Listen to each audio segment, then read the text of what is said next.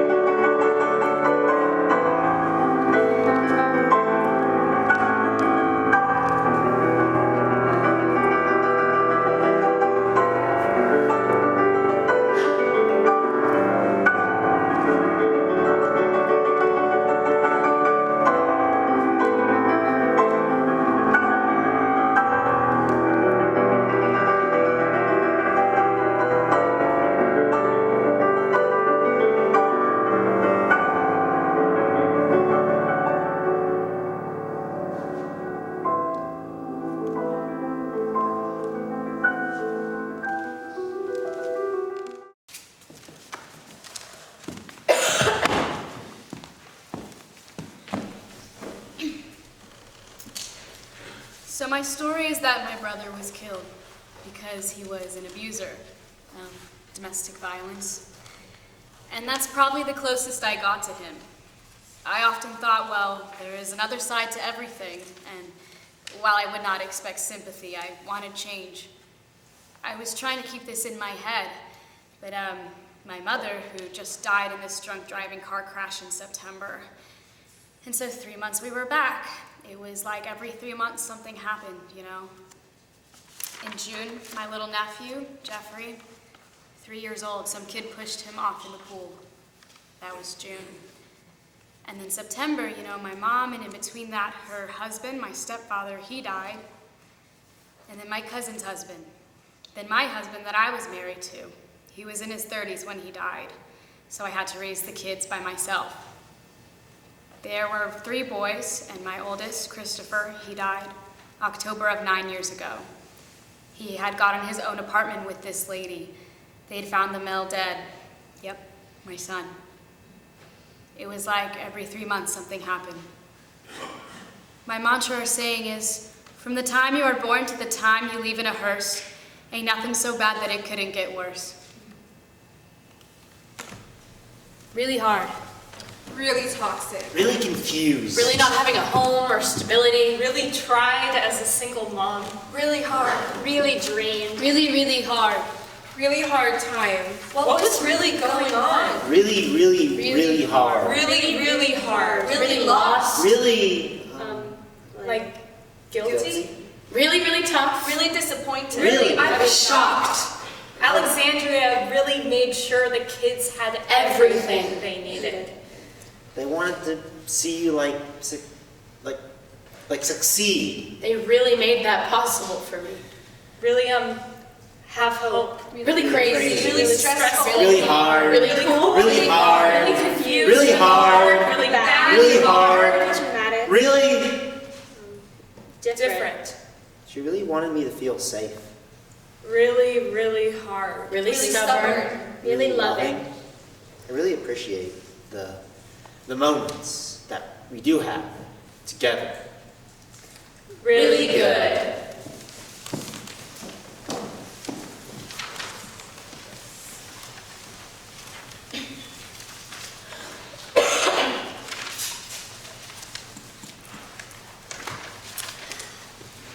Dear housekeeper, long, long time before me,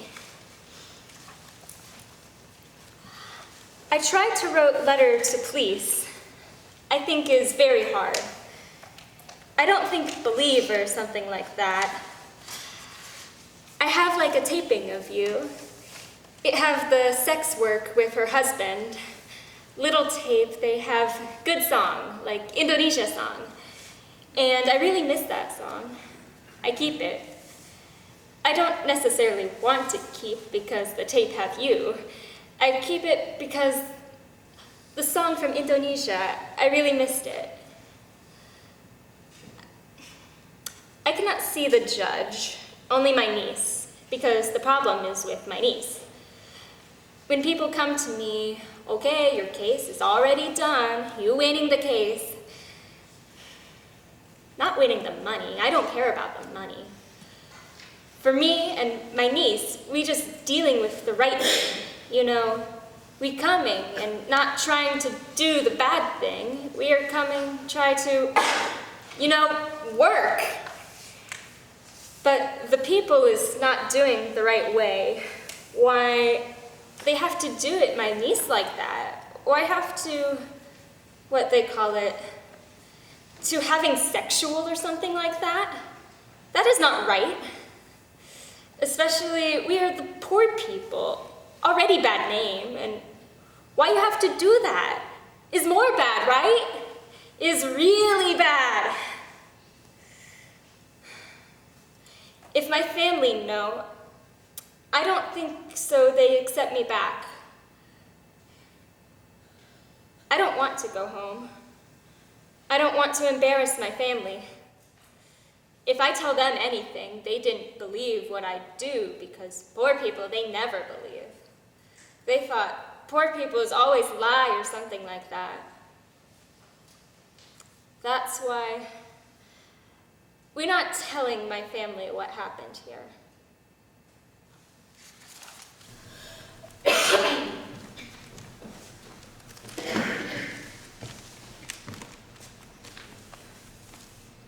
When you're homeless, people look down on you. They have all kinds of preconceived notions of you. They put labels on you, so you have to keep fighting those labels, you know? Even though they want to help, these are not like a lazy, drug-addicted people. You know, I take care of my children. I'm like, who wants to be homeless? I don't think anybody in there right now. You don't want to be humiliated, think you're nothing. You can't get past it if you don't have a real sense of who you are inside and where you came from. You know, I'm going through this, but I've had a better time. I feel I have a purpose.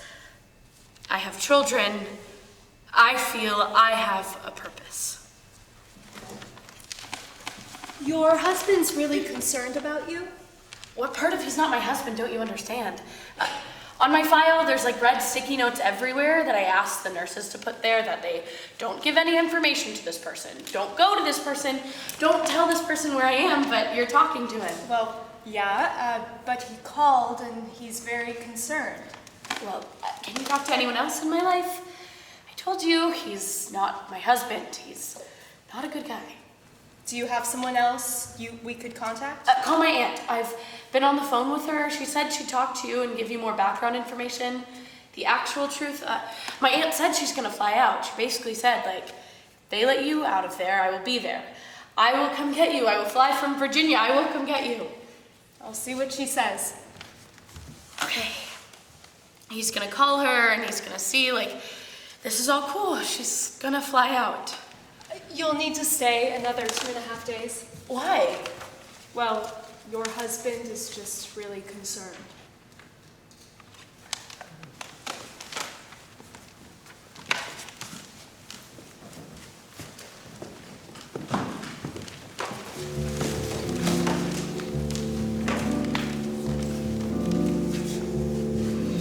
Primera posición, segunda posición, plié.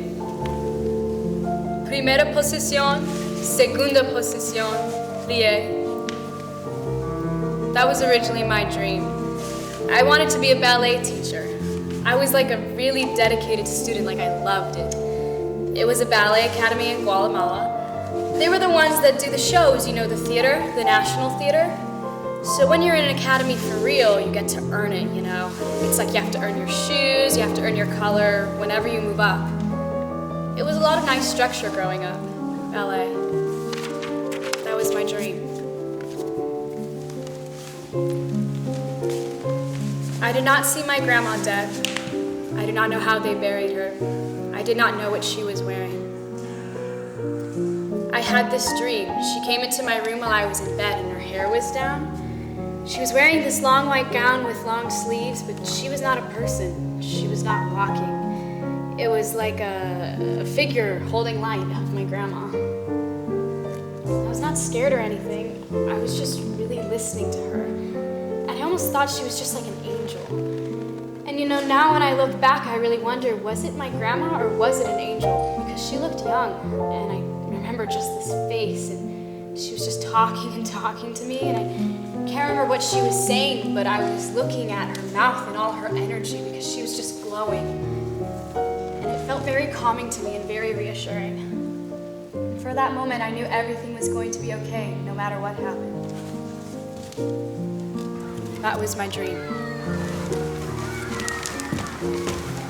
I was saying bye on the phone and he was crying like, I'm sorry I didn't get to hug you. Then my sister comes, then my other sister comes, so we all separated. Then it was just my youngest brother, Marco, and I. And all this is going on. My parents don't sit us down and tell us why it's happening. I pinch myself, but it's not a dream. I pledge allegiance to the flag of the United States of America and to the republic for which it stands, one nation, under God, indivisible, with liberty and justice for all. I have a dream that night I have sex with my ex-husband.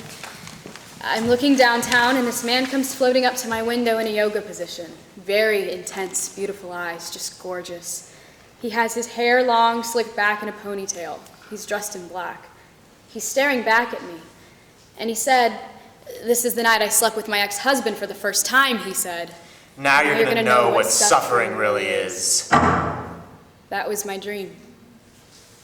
My ex-husband, he had bipolar and he became very abusive.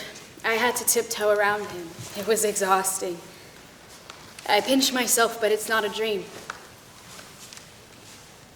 The last time I saw the man in my dreams was the first night I slept at Alexandria House, and it was so different. That dream, I pulled up to this beautiful house that had a view to the beach. It was like Greek style, and it had this beautiful fountain. I come into this home, and there's the stairs that curve up and the pillows all over the floor. Gorgeous, incredible. And then I see him coming down the stairs, the man I saw that warned me from before. And he looks happy. He comes to me and he just let out his hand. And I give him my hand, and he tells me he was so pleased with me. He looks so proud. That was my dream. I've always had dreams. I've always had these spiritual experiences, always unexplainable, like this surgery. This new experience has made me not apologize for who I am, even though I'm talking like this, even though I'm looking like this. I realize that I am healing.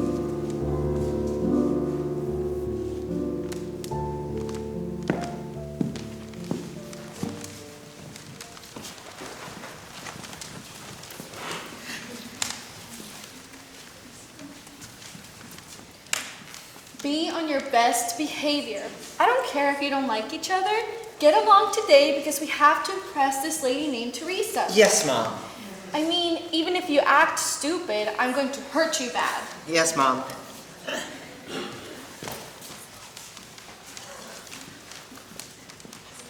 Where is Teresa? Where are my kids? Oh God, what if I mess up with this interview? If I find them, I'm going to kill them. I told them to stay together.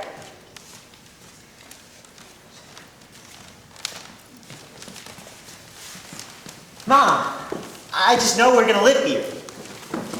How do you figure that? I just know that we're gonna live here one day. I hope that reaches God's ears. No, Mom. We are going to move into that house. How do you know that? Because that lady, the lady with the white hair, she likes me. What lady with the white hair? Mom, you know the lady. She's in the kitchen and she has the white hair. She likes me. What, you mean Judy?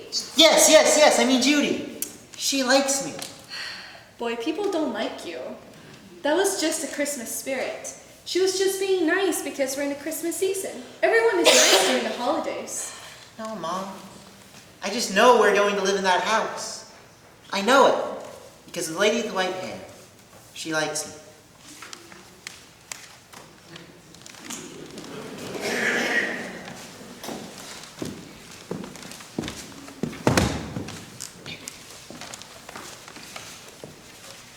Dear God, my first impulse would be to simply ask you why? Why me? Why did I survive when so many of my family members have fallen?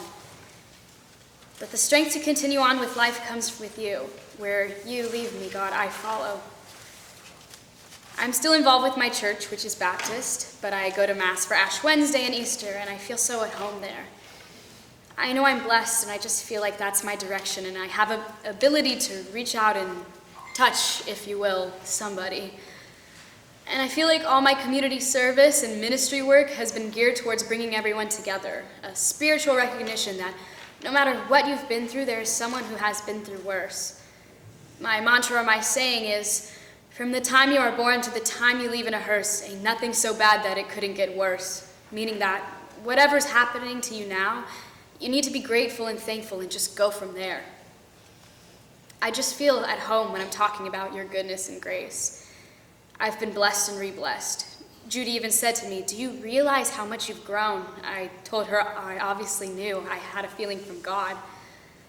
Alexandria House has really been a blessing.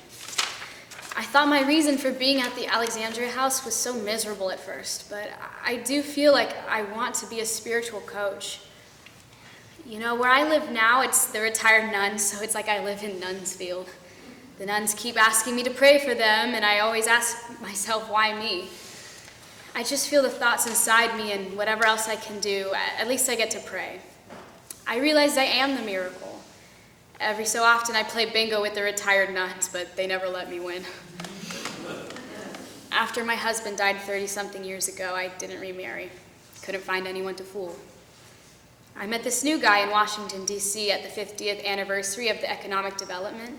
Jess is his name, my guy. Thank God he's from Northern California. So we're trying to celebrate 5 years. We even have a lot in common, just generally. I feel like in crackers or chips, I like them plain, just like Jess. He's a really good guy. I just wish I had met him earlier years ago. But he's definitely the last person in the world I'm going to be with because he's such a good guy. There's something peaceful about him. I feel at home again, just like I feel in church. Love, your sweet Jackie.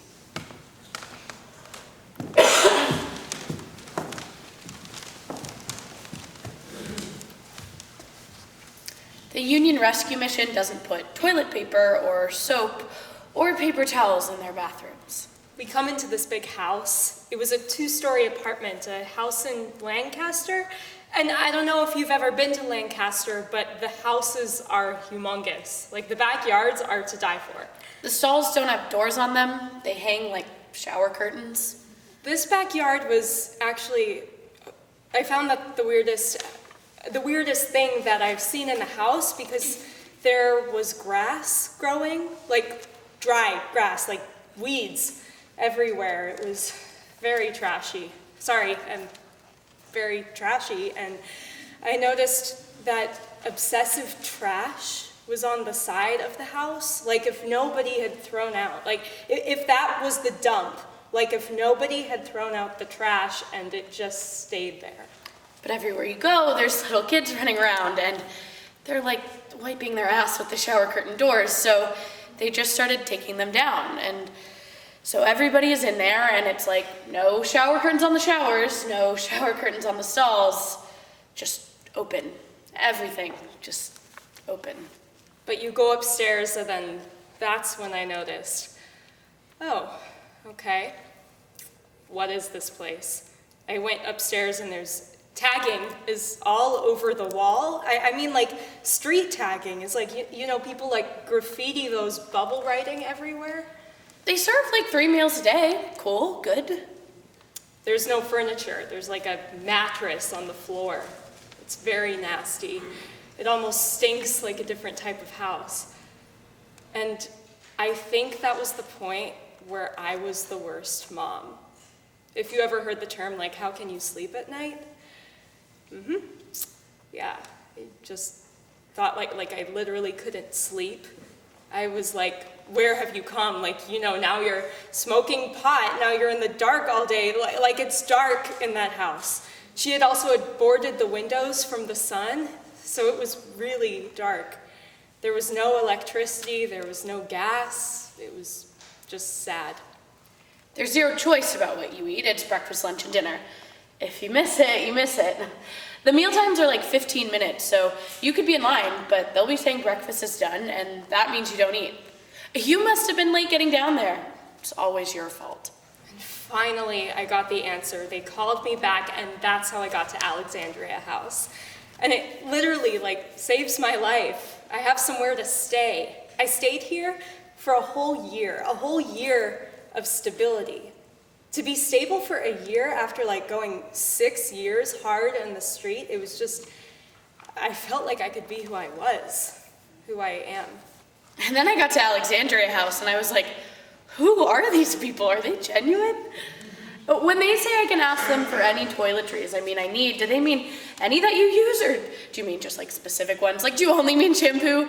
Really, everything? It's like, I mean, they buy groceries, and even that, like, the first couple of months I lived here, I didn't touch anything that I hadn't purchased because it was just weird to me, because like, these are somebody's eggs, but they're for everyone. So I kind of feel like normal again.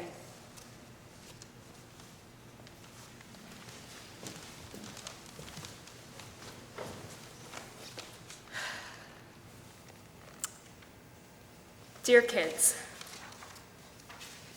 it was 3 months. 3 months. Well, 3 months. 3 very long months. And it was like a lot of the time I was alone and I couldn't sleep, like I would just cry. And that's when I really started thinking, like, you know, like I was like a shithole mom. Like, what was I gonna do? You deserved a better life. I tell you, there were times where I really thought that I was being so selfish. Like I could look at you and I was like, you know what? You guys deserve a better mom. You know, you deserve a house, you deserve food, you know, you deserve a warm bath, for Pete's sake. Things like that. And I just thought I was being selfish. But I couldn't let go. Like as many times as I thought, like, you know, somebody was going to love you, somebody would take you in real fast, you know, like I didn't know how the system worked. Like if people can turn in kids and like, you know, I didn't know how anything worked, but I pictured like somebody just adopting you really fast because you're so cool. So I always thought that I was doing the wrong thing by keeping you. But every time I thought any further, I couldn't let go. It was just not in my agenda. So ever since the police came, I was like, you know what? I have to find something. Like, it doesn't matter where it is, I had to find somewhere that was yours. Love, Mom.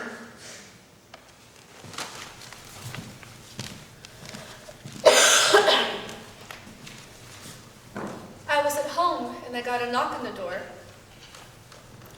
It was from the Department of Children and Family Services. They said, we got a call from your neighbors. They're concerned about the children. I said, well, I'm glad someone is concerned. I got 5 of them in there with chicken pox. They just got over whooping cough and I'm about to pull my eyes out.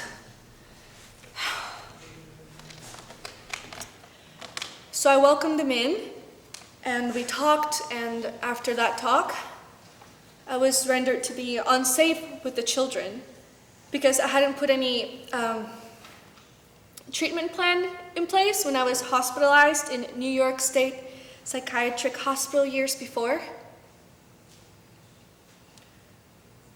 So it was kind of a blessing. You know, in hindsight, it was really a blessing. But of course, during that time, it was devastating for me to not be able to live with my children. I was in touch with them. I was still visiting them on the weekends, and it helped. So it wasn't like I was away from them for all those years. I was actually with them on the weekends. I had visitation. I just couldn't live with them 24/7 until I got myself together. Which makes sense because, I mean, in hindsight, it was so helpful. Nowadays, my relationship with my children is absolutely wonderful. I've been blessed to have the greatest children in the world. We're close. We do things together. They come and check on me. They feed me. They take me to Alexandria house when I need transportation, especially with my grandson. You know, there's no such thing as favorite. You love them all. Really, there's no such thing as, oh, I love this one more than that one. No. It's a genuine love that's just really profound. That doesn't take you to, oh, I love this one more. I love them all. Yeah. So I have 5+ children. And the reason it's 5+ is I've raised 5 children, but I've given birth to 2 more and they were adopted out. I've got pictures of them up on the wall. They're up there with the rest of them. Cameron, who is going to be 12 this year, when he was in kindergarten and drew a picture and his teacher said, "What's this?" And he goes, "I have 2 mommies." The best thing about being a mother is realizing how beautiful I am. I didn't realize my beauty until I saw my children. Yeah, I grew up thinking I was the ugly duckling. I don't know why, but I didn't feel pretty at all growing up. So, having children, that was the biggest lesson I learned is, wow, my daughter is beautiful. Look how beautiful my daughter is. Then I'm beautiful too, because she looks just like me.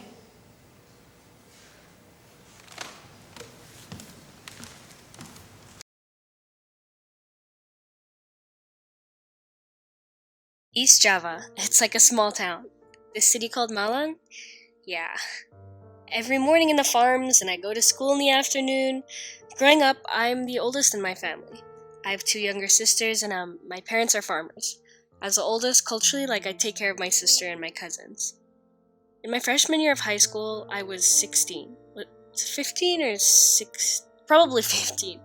My parents, arranged marriage for me. This guy was a friend of my aunt, and he's like 10 or 12 years older than me. As the oldest daughter in the family, it's like you kind of have to follow your parents even though you kind of don't want to. So that's what happened. I stopped going to school, so the marriage happened. It didn't go well. There's no connection and there's no love, things like that. So I ran away from home. My parent kind of realized that I'm not happy, and that's when they kind of helped with the separation. I felt so ashamed, so that's when I decided to go to an agency. I went to an agency to work overseas with the promise of $150 a month. When I arrived, I came together with my cousin. At that time, I didn't understand anything, but now knowing this issue, I was sold. It started kind of becoming abusive verbally, then abusive physically as well. After a while, and so that's when things kind of changed, just not long after that, just probably about 3 months, and it kind of get worse and worse. I was in that family, working for that family for a little over 3 years. Not knowing where to go and not having money, I started thinking about how. How can I escape? How can I leave this house or this situation? There's a nanny next door, so I wrote a letter to her, and it took me a while to build the courage to give that to her because I was afraid that my boss might find out. It turns out her boss, she's an attorney, and she knows other attorneys that know the issue of human trafficking and know an organization that helped trafficking victims.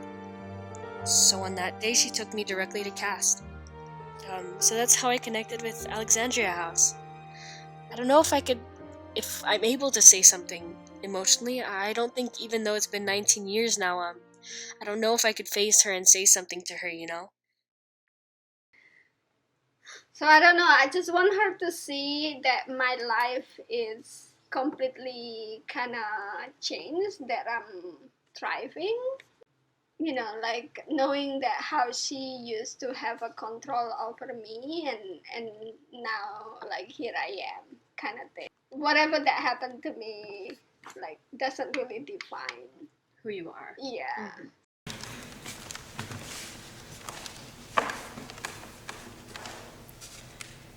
When I started being hopeless, I didn't care. I told Miss Judy one day, "Miss Judy, if I'd have to sleep another night in my car, I'd rather die." I was sleeping in my car. Some people let us park in the church parking lot that was gated. So I did the 7 days behind it. The streets are brutal. I could have been killed out there many times. I'm looking around and I see all of these zombies. But I know that this is me. That's when she started letting me sleep here. I arrive at Alexandria House. I'm here now, new resident. Miss Judy, I truly believe she's an angel.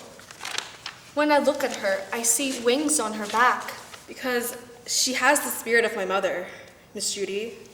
I'm just so grateful to God that she has taken me in, cradled me and nurtured me. It's a piece of art. It's part of my story. She just really opened her heart to me, opened her everything to me. So, being provided for and being protected, Alexandria House has given me that. I will tell you this. If I didn't have this place, if I didn't have the Alexandria House, if I didn't have Miss Judy, I think I would probably be dead. If something happens to her, I lose the house. Here at Alexandria House, it's a home. They make dreams come true.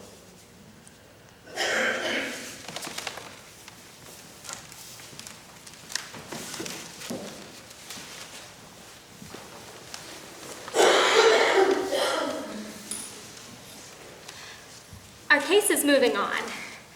We winning the case with the tape. They tried looking for you in Indonesia, but they didn't find.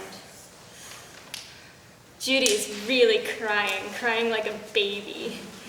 Judy is really crying like a baby. I think with Alexandria, we're very close. Past residents and even the residents for right now. Everybody, oh, there's Posse and hi. We're very close to them. Alexandria House is really everything to me. It's my life. It's my life. It changed my life, Alexandria. So, from Cass to Alexandria both is helping me a lot, but Alexandria is really our place to helping other people who need it, who need to change her life. Finally, I changed my life, and my niece, it changed her life. Now my niece have a good life. I'm okay, even though I'm not really good, I'm okay. I'm happy because my niece has a husband, have a good place. She have a good life. That is my life. Life is no easy, you know, but it's worth it. It's worth it. Sincerely, Posse.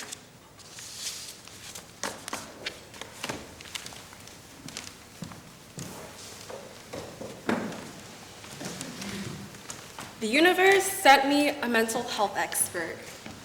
His name is Craig Thinner. I went to him one day when my mind was exploding. He said, "Can you just change my life?" Yeah, but you're gonna have to do all the work. Okay, what do I need to do? There is no cure for mental illness. Just like I have a bad heart, you have a bad head. That's how it's going to be. He just taught me.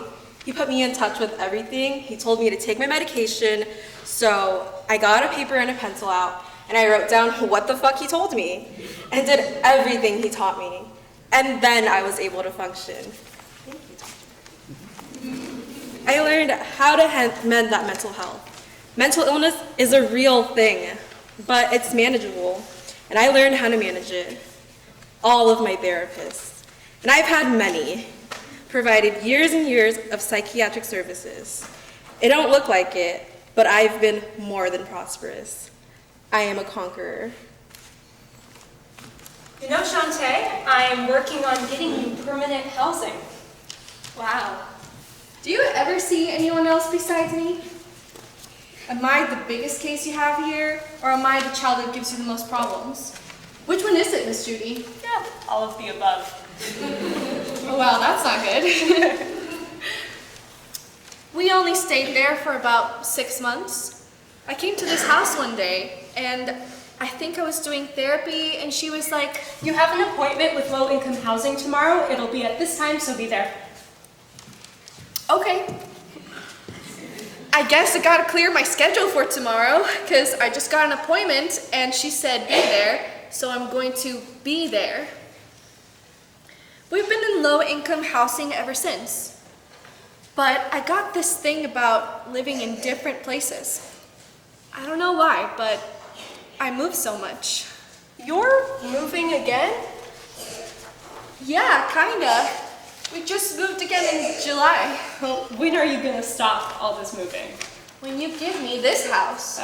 Give me the deed to this one, and I'll stop moving. I'm not happy until I get the big house.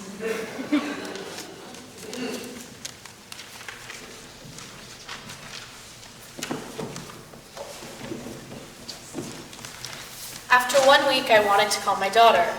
Bad women say no. No call, no phone. What I have to do? She say, I don't know. Okay, send me back to my home because I cannot stay. My daughter, I have to speak to my daughter. She say no. She tell me, you coming for 3 years. You have to finish 3 years. No call nor nothing? No. Okay. After I stay 1 month, again I ask, please, I want to talk to my daughter. She say no. I'm crying. After 2 months, I ask her, send money for my daughter. She say no money. No money, no telephone, no nothing. No go outside, no go church, nobody say hi for you, no bus, no taxi, no. No see nothing. Crying. One time I'm sick, she say nobody see you. No doctor, no have nothing. Okay, send to my country. No, you have to stay 3 years.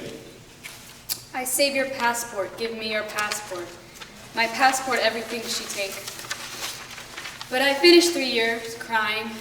I wait 3 year. After 3 year, I ask again. Today, last day, my 3 year. I wanted to go to my country. She say, I no bring ticket for plane. What I have to do? I don't know. Okay, call my daughter. Maybe somebody get me, please. She say, no call. No call, no go. No. I no sleep all night. All night I no sleep. Crying. After I think I have to drink bleach, what I have to do? No choice. I drink bleach. But I think now I have to go outside or I have to drink bleach. But I think maybe I go outside. Maybe somebody kill me. Maybe somebody see me. 5 o'clock, I opened door. I left. From her house, I running 1 hour to find something. I running. I don't know. What is the time? I don't know. But only running. Thanks, Alexandria house. Thanks, Cast. Thanks God. Thank God I'm here. Alexandria house. This is now my house. No cry. No cry.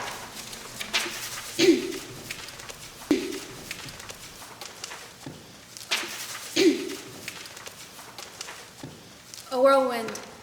Shock. A miscarriage. Maybe this is a blessing in disguise. You think the worst things. I wanted to give up. He just held on tight. He came into my life for a purpose. He was supposed to be here.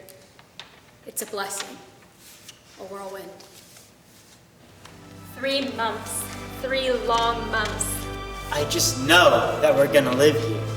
I see wings on her back. Really good. They're there for everyone. You deserve a normal life. Whatever happened to me doesn't really define who I am. I realize that I am healing. Life is not easy, but it's worth it. I feel I have a purpose. I am a conqueror. Then I'm beautiful too, because my daughter looks just like me. Thank God I'm here. Thank you to our storytellers. Angela and Jackie. Shante. Agnes and Jamie. Susanna and Ashley. The trees and Sige. Mercy and Pasi. Tabia and Ima.